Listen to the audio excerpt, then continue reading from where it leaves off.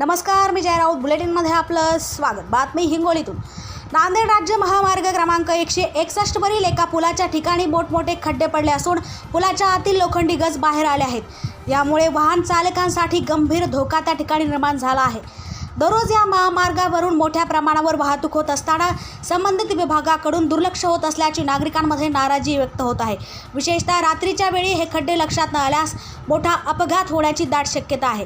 तसेच या ठिकाणी टायर पंक्चर होण्याच्या घटनांमध्येही मोठ्या प्रमाणात वाढ झाली असल्याने वाहन चालकांना आर्थिक व मानसिक त्रास सहन करावा लागत आहे।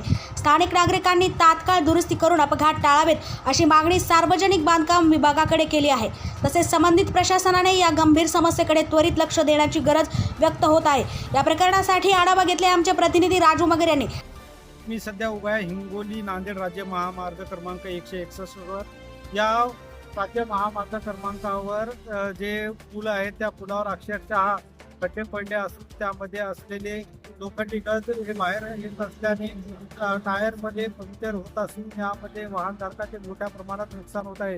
या पुलावरील खड्ड्याची त्वरित दुरुस्तीची मागणी आता वाहनधारकातून होत आहे। कॅमेरामन कृष्णा शिंदेसह मी राजू मगर, न्यूज 24 मराठी, हिंगोली।